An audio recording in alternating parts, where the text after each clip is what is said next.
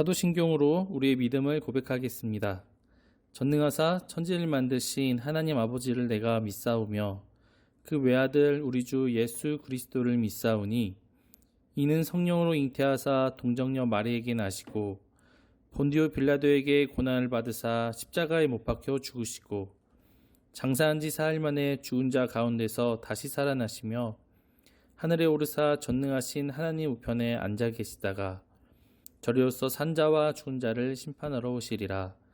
성령을 믿사오며 거룩한 공회와 성도와 서로 교통하는 것과 죄를 사하여 주시는 것과 몸이 다시 사는 것과 영원히 사는 것을 믿사옵나이다. 아멘.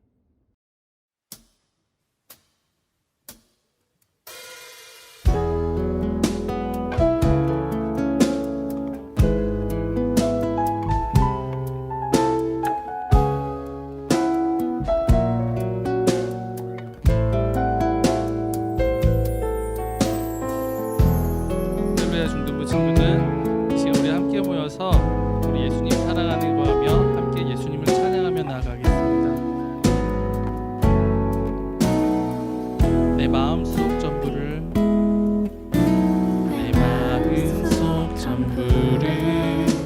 다 하시는 주님, 나 당신께 숨길 것 하나 없네. 주 보좌 앞에 나아가 다 아뢰니 모든 근심과 슬픔 사라지네.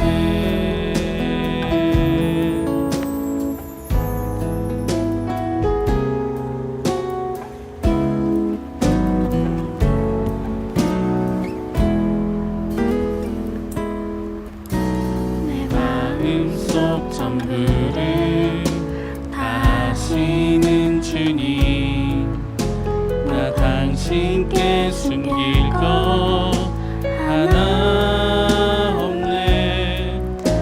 주 보좌 앞에 나아가 다 아뢰니 모든 근심과 슬픔 사라지네. 주 내 맘에 늘 계시고 나 주 안에 늘 거하니 이 놀라운 사랑, 그 사랑 앞에 나 나아가 목소리 높여 찬양 드리네.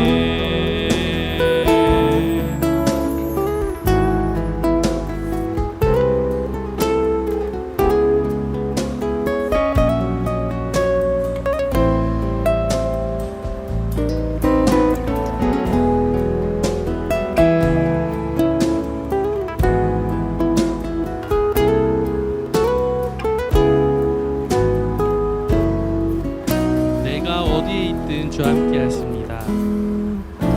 내가 어디에 있든 주 함께 하시니 내가 서 있는 이곳 바로 천국. 주 보좌 앞에 나아가 나 절하니 주의 은혜와 사랑 넘쳐나네. 주 내 맘에 늘 계시고 나 주 안에 늘 거하니 이 놀라운 사랑, 그 사랑 앞에 나 나아가 목소리 높여 찬양 드리네. 주 내 맘에 늘 계시고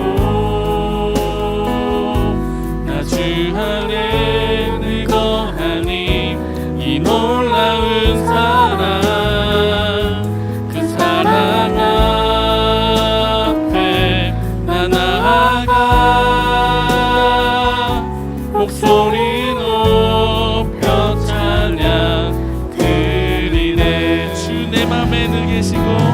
내 맘에 계시고 나 주 안에 늘 거하니 이 놀라운 사랑 그 사랑 앞에 나 나아가 목소리 높여 찬양 드리네. 주 내 맘에 늘 계시고 주 내 맘에 늘 계시고 나 주 안에 늘 거하니 이 놀라운 사랑 그 사랑 앞에 나 나아가 목소리 높여 찬양 드리네. 주 내 맘에 늘 계시고 주 내 맘에 아멘 늘 계시고 나 주 안에 늘 거하니 이 놀라운 사랑 그 사랑 앞에 나 나아가 목소리 높여 찬양 드리네.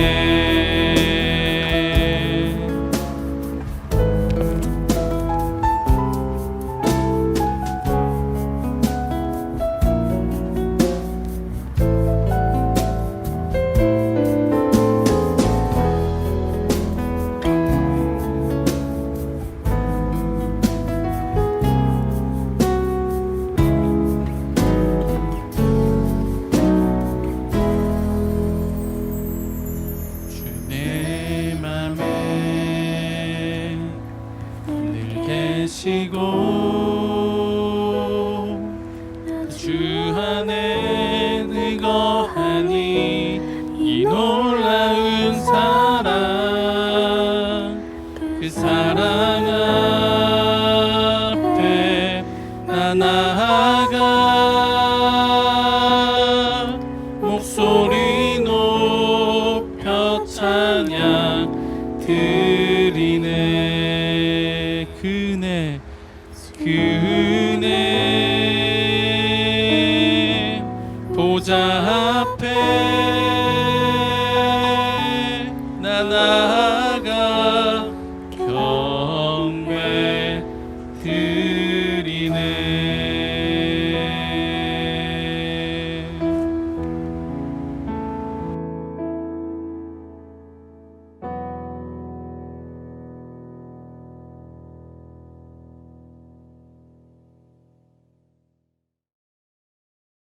오늘 함께 보실 말씀은 요한복음 21장 14절에서 15절까지의 말씀입니다. 우리 한 목소리로 함께 읽겠습니다. 시작. 예수님이 부활하신 후 제자들에게 나타나신 것은 이것이 세 번째였다. 식사가 끝난 후 예수님은 시몬 베드로에게 요한의 아들 시몬아, 내가 이 사람들보다 나를 더 사랑하느냐? 하고 물으셨다. 베드로가 그렇습니다, 주님. 제가 주님을 사랑하는 것을 주님이 아십니다 하고 대답하자 예수님이 내 어린 양들을 먹여라 하고 말씀하셨다. 아멘. 정도 친구들 안녕. 어떻게 추석 잘 보냈어요? 가족들과 어떻게 좋은 추억 많이 만든 것 같아요? 강도사님은 그래요. 가족들이랑 산책을 좀 하려고 하루 이제 진천에 갔었어요. 진천이라는 곳이 우리나라에 있어요.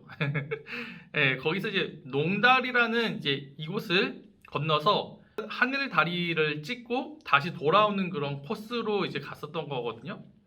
근데 산책을 하고 원래 건넜던 그 농다리라는 다리를 건너려고 하는데 물이 불어나서 들어왔던 다리를 못 건너게 된 거예요.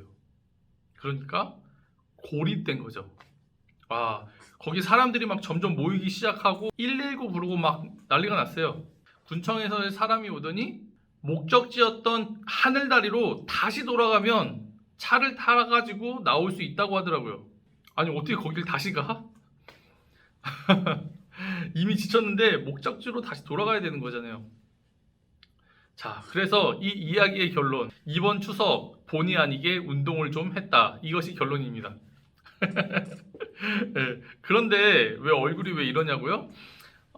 친구들 에너지 보존 법칙이라고 들어봤어요? 에너지 보존의 법칙. 예. 그거예요. 그냥 운동한 것보다 더 먹어서 그렇다는 거. 그리고 같이 살 뺄 사람 모읍니다. 네. 그래요. 자, 이야기는 여기까지만 하고, 자, 이제 하나님이 오늘 우리 중등부에 주시는 말씀을 우리 함께 나눠봅시다. 우리 귀 조금 열고 마음에 담을 준비, 우리 삶에 담을 준비를 하면서 우리 함께 이야기 나눴으면 좋겠습니다. 우리 친구들 혹시 배신해 본 적 있어요? 네, 우리 친구들이 생각하는 배신, 배신 그런 거 모른다고요? 그게 뭐냐고요?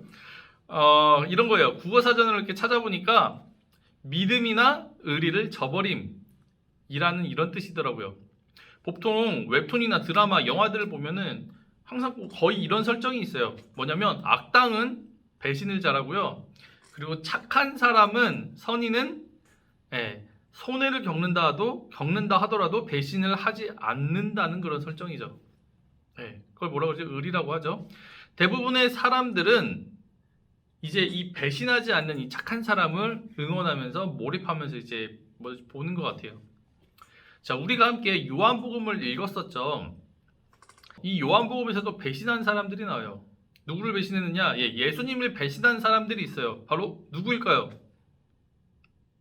네, 놀랍게도 배신한 사람들은 바로 예수님의 제자들이었어요.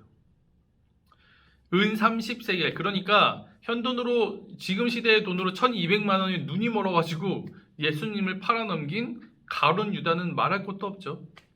근데 그 밖의 제자들도 예수님이 잡히실 때 나 몰라라 하고 다 도망갔었어요. 나 몰라라 무슨 말이에요? 예수님이 어떻게 되든지 말든지 난 모른다고 도망간 거예요. 그리고 예수님을 나와 상관없는 사람이다라고 3번이나 그렇게 말한 사람이 바로 수제자라고 생각했던 베드로였죠. 베드로는요, 예수님이 가장 괴롭고 힘들 때 나는 저런 사람 모른다, 나랑 상관없어, 나는 상관없는 사람이다 라고 예수님을 배신하는 말을 하다가 그때 예수님과 눈이 딱 마주쳤어요. 헐, 예수님이 죽기 전 베드로가 예수님께 마지막으로 남긴 말은 뭘까요? 난 예수와 상관없는 사람이라는 말이었어요. 그렇게 예수님은 아끼던 제자들에게 배신을 당하셨고 예정대로 십자가에서 죽으셨어요. 그렇죠? 그러나 우리 친구들이 알던 대로 우리 예수님이 그 죽음, 어떤 사람들도 이기지 못한 그 죽음을 이기고 부활하셨죠. 아멘? 자, 그렇죠? 자, 이제 친구들, 이제 잠시 동안 여러분들이 예수님이라고 한번 생각을 해봅시다. 누구? 예수님. 여러분들이 예수님이 되는 거예요. 그렇죠? 그 입장으로 들어가는 거예요. 자, 나는 저 제자들과 사람들을 살리려고 스스로 죄를 뒤집어 쓰고 죽었는데 아끼던 제자들, 그 제자들은 예수님의 뜻을 제일 많이 나눈 그 제자들은 본인이 제일 힘들 때 자신을 떠나가고, 그리고 수제자라고 하는 베드로는 저 사람은 나랑 상관없는 사람이라면서 나를 버렸어요. 그리고 나는 다시 부활했죠. 이제 부활한 친구들은 이 제자들을 만나면 어떻게 할 건가요? 패요? 아니면 계속 쫓아다니면서 잔소리를 해요? 네가 어떻게 그랬냐? 내가 이렇게 했는데 네가 그 상황에서 그 말이 나왔어야 됐냐부터 해가지고 막 이렇게 잔소리를 해요? 아니면 절교해요? 만나러 가지도 않아요? 네, 솔직한 목소리들이 들리는 것 같아요. 강도사님은 어떻게 했을 것 같냐고요? 강도사님은 일단 한 대 패고, 여기까지. 강도사님이잖아요. 자, 그럼 예수님은 어떻게 하셨을까? 이게 중요한 거잖아요. 그렇죠? 자, 예수님은 부활하시고 나서 제자들을 찾아가셨어요. 자, 그럼 제자들을 예수님은 왜 찾아가셨을까요? 예수님은 부활하시고 제자들을 총 3번 찾아갔다고 오늘 말씀에서도 말씀해주고 계시거든요. 자, 첫 번째는 이런 이유로 찾아갔어요. 바로 두려움 속에 숨어있는 제자들에게 평안을 주시려고. 뭐라고요? 두려움 속에 막 숨어있는 제자들에게 평안을 주시려고 찾아가셨어요. 자신도 예수님 제자라고 사람들이 죽일까봐 두려운 거예요. 예수님은 두려운 제자들 마음에 평안을 이렇게 주시려고 제자들에게 찾아가셨어요. 요한복음 20장 21절 말씀 같이 한번 볼까요? 시작. 예수님은 다시 제자들에게 너희가 평안하기를 바란다. 아버지께서 나를 보내신 것처럼 나도 너희를 보낸다 하고 말씀하셨어요. 우리 친구들이 두려움이 많은 친구들이 있나요? 두려움 때문에 아무것도 시도해보지 못하는 그런 친구들이 있나요? 네. 오늘날에도 우리 예수님은요, 우리 친구들에게 찾아가셔서 우리 친구들 마음에 평안을 주시는 분이라는 사실이 믿어지게 되기를 바라요. 평안이 어떻게 오느냐? 예수님이 여러분의 자부심이 되는 그 은혜가 있기를 축복합니다. 뭐라고요? 예수님이 여러분의 자부심이 되는 그런 은혜가 있기를 축복해요. 자, 두 번째는 도마 때문에 제자들을 찾아오셨어요. 뭐라고요? 도마 알죠? 예수님의 제자 중에 도마라고 있거든요. 이 도마가 예수님이 죽으신 것에 대해서 절망했을 것 같아요. 그래서 그 현실에 믿음이 곤두박질 친 것 같아요. 믿음이 없는 도마에게 그래서 예수님이 믿음을 주시려고 뭐라고요? 믿음을 주시려고 제자들을 찾아가셨던 거죠. 우리 친구들 중에 나한테 닥친 어떤 상황 때문에 절망한 친구들이 있나요? 아니면 실망해서 예수님께 실망을 한 거죠. 실망해서 예수님을 믿는 믿음을 잃어버린 친구들이 있나요?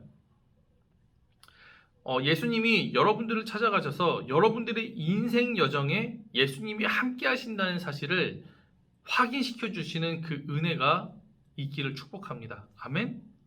예, 지금도 도마를 찾아가셨던 그 예수님, 그 믿음 없는 도마에게 찾아가셔서 믿음을 주신 그 예수님은 지금도 여러분들에게 찾아가시고요. 함께 하신다는 그 사실 우리 친구들이 꼭 믿었으면 좋겠습니다. 자, 그리고 예수님은 이제 세 번째로 제자들을 찾아가시는데 오늘 본문 내용이에요. 오늘은 예수님이 어떤 이유로 제자들을 찾아오셨을까? 바로 배신했던 누구예요? 수제자 베드로를 위로하고 회복시켜 주려고 찾아오셨던 거예요. 예수님 죽음 직전에 배신한 베드로의 마음은 우리 친구도 어땠을 것 같아요? 우리 베드로의 마음도 한번 생각을 해보자고요.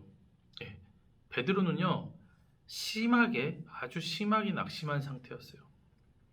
사랑하는 예수님을 배신한 자신에게 너무 큰 낙심을 했어요. 누구에게 낙심을 했다고요? 자기 자신에게요.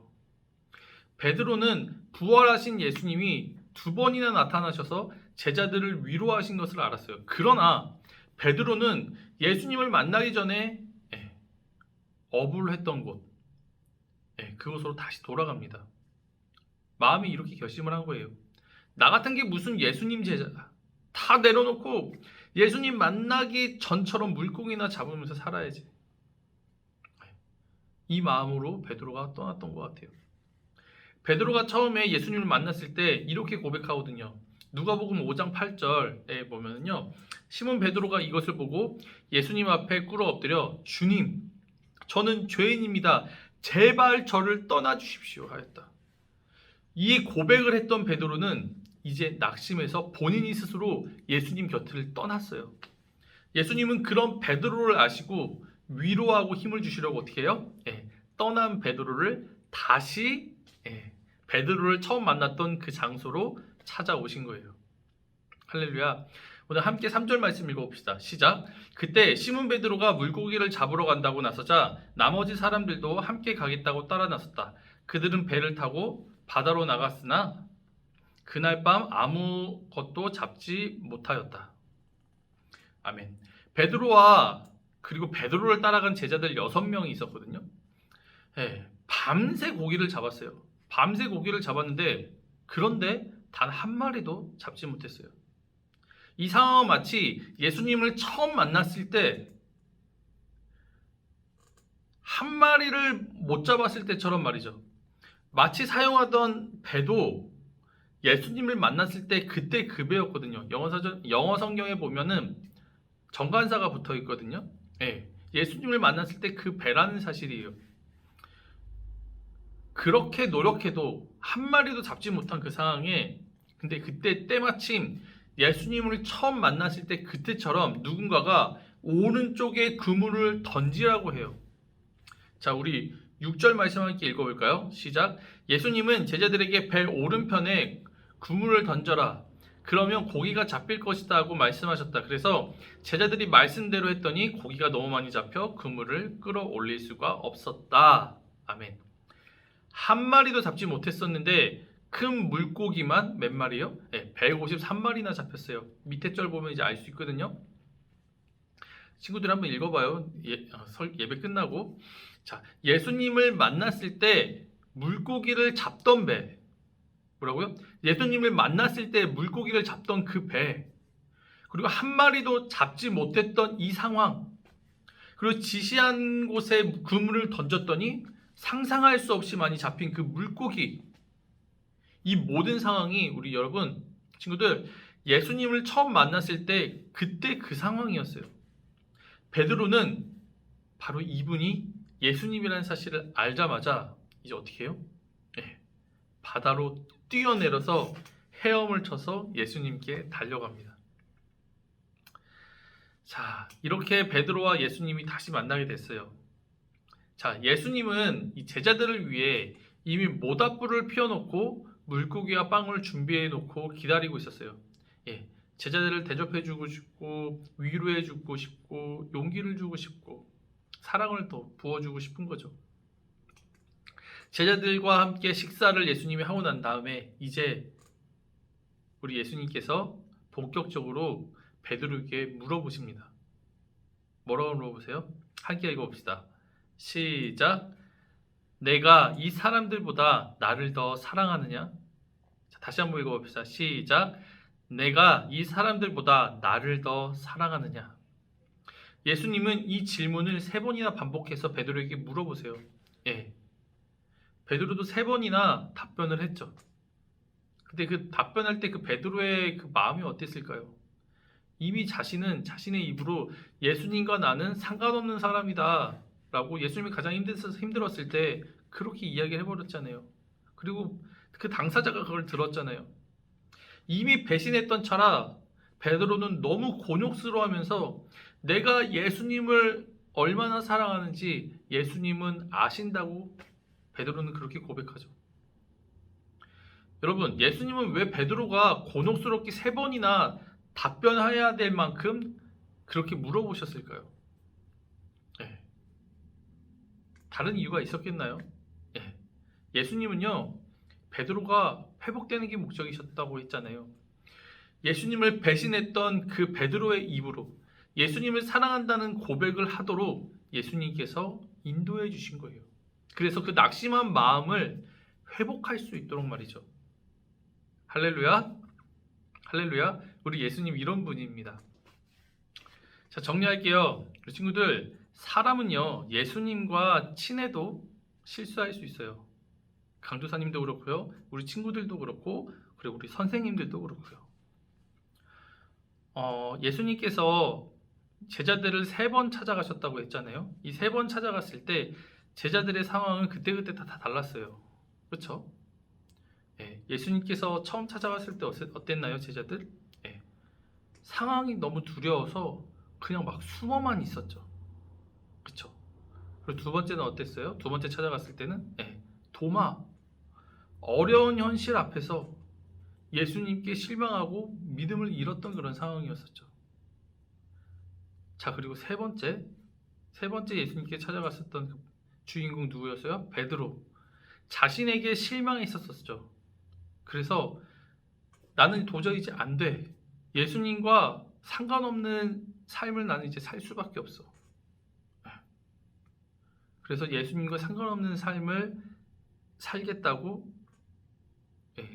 고향으로 내려갔죠. 우리 친구들, 우리가 이런 상황에 충분히 처할 수 있다는 사실을 우리 친구들이 알아야 돼요. 상황이 두려워서 숨을 수 있고요. 제자들처럼 말이죠. 그리고 어려운 상황, 현실 앞에 예수님께 실망하고 그리고 믿음을 잃을 수도 있어요. 그리고 베드로처럼요, 자신에게 너무 실망해서 예수님과 상관없는 삶을 살겠다는 그런 마음이 들 수도 있어요. 그러나 우리 친구들, 오늘 예수님께서 우리에게 말씀해 주시는 건 뭐예요? 그런 우리를요, 우리 예수님이 이해하시고 그리고 끝까지 찾아오셔서 용기를 주시고 평안을 주시고 믿음을 주시고 예수님 사랑하는 마음을 회복시켜 주신다는 그 사실을 말이에요. 오늘 우리가 예수님께 드렸던 그 찬양처럼 내 마음속 전부를 아시는 그 주님께서 우리를 친히 늘 함께 하시고 찾아오시고 인도해 주신다는 사실이에요. 우리 친구들이 우리가 예배당에서 함께 예배드리지 못하고 선생님 얼굴을 자주 못 보고 친구들도 못 보고 강도사님도 자주 못 보고 하다 보니 함께 돕고 이끌어주는 사람이 없기 때문에 예수님과 관계가 많이 멀어졌을 수 있어요. 마치 베드로가 예수님은 나랑 상관없는 분이라고 말했던 것처럼 말이죠. 우리의 마음과 하루하루의 삶이 예수님은 나랑 상관없는 분이라는 배신자의 모습으로 우리가 살고 있을 수도 있을 것 같아요. 자신의 삶을 잠깐 돌아볼까요? 나는 요즘 어떻게 살고 있나요? 예수님과 상관 있는 삶을 살고 있나요? 아니면 제자들처럼 베드로처럼 저 사람은 나랑 상관이 없는 사람이에요 라는 모습으로, 그런 마음으로, 그런 삶으로 하루하루를 살고 있나요? 그래요. 친구들, 만약에 이 제자들과 같은 모습이 있다 하더라도 우리 친구들 그런 모습에 절대 낙심할 필요가 없어요. 우리 친구들 죄책감에 자신을 숨기지 말고 오늘 말씀처럼 늘 여러분 곁에 찾아오셔서 여러분들을 인도하시는 예수님 앞에 한번 마음을 열었으면 좋겠습니다. 바로 베드로처럼 말이에요. 베드로가 어떻게 했나요? 예수님인지 알자마자 바닷가에 뛰어들어서 예수님께 달려가잖아요. 그런 베드로처럼 말이죠. 예수님이 우리를 아시고 우리를 이해하세요. 아멘? 아멘이세요? 그리고 끝까지 우리를 찾으시고 끝까지 우리가 예수님 사랑하는 길을 걷도록 우리를 인도해 주세요. 아멘이에요? 이 믿음으로 우리 친구들이 한 주간 살아가고 우리 평생을 이 믿음으로 살아갔으면 좋겠습니다. 그런 중동부 모두가 되기를 예수님의 이름으로 축복하면서 오늘 설교를 마치도록 하겠습니다. 우리 친구들 한 주간 동안 예수님과 함께 승리하세요. 할렐루야. 아멘. 기도하겠습니다. 할렐루야. 살아계신 하나님을 찬양합니다. 주님, 우리 주 예수님은 우리를 다스리는 권세가 있으신 분임을 고백합니다. 그러나 예수님은 다른 사람들과 다르게 우리의 것을 뺏으려 하지 않고 우리를 억압하지 않고 오히려 우리에게 필요한 것을 채우시며 우리를 회복시키시는 사랑의 구원자이심을 우리가 고백합니다. 우리 예배를 함께 드리는 우리 친구들과 저와 선생님들에게 이 믿음을 허락하여 주시옵소서. 예수님은 우리를 찾아오신다. 그리고 우리를 회복시키신다. 그리고 예수님을 사랑하는 그 길로 우리를 걷게 하신다는 그 사실을 아버지여, 우리 친구들이, 우리 중등부 함께 예배드리는 모든 우리 식구들이 믿고 예수님을 바라보며 따르는 아버지 그런 중등부가 되게 하여 주시옵소서. 늘 우리의 심령과 우리의 삶 속에 예수님 사랑합니다 라는 그 고백으로 예수님 앞에 나아갈 수 있도록 주님 인도하여 주옵소서. 한 주간 동안의 삶, 다른 것에 마음 빼앗기지 않고 예수님을 사랑한다는 고백으로 살아가기를 소망하오니 성령님 인도하여 주시옵소서. 감사드리며 살아계신 예수님의 이름으로 기도합니다. 아멘. 주기도문 하시겠습니다. 하늘에 계신 우리 아버지여, 이름이 거룩히 여김을 받으시오며 나라가 임하시오며 뜻이 하늘에서 이루어진 것 같이 땅에서도 이루어지리이다. 오늘 우리에게 일용할 양식을 주시옵고 우리가 우리에게 죄 지은 자를 사하여 준 것 같이 우리 죄를 사하여 주시옵고 우리를 시험에 들게 하지 마시옵고 다만 악에서 구하시옵소서. 대개 나라와 권세와 영광이 아버지께 영원히 있사옵나이다. 아멘.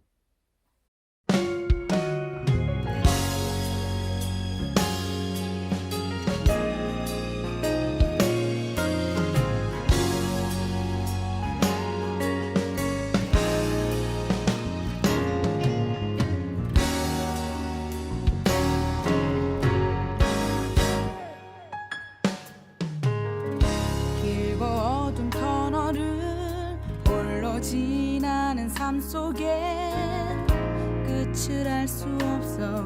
외롭고 원망이 일어날 때 내가 아는 모든 것 희미해지고 어두워 살아 만져지는 것조차 느껴지지 않네.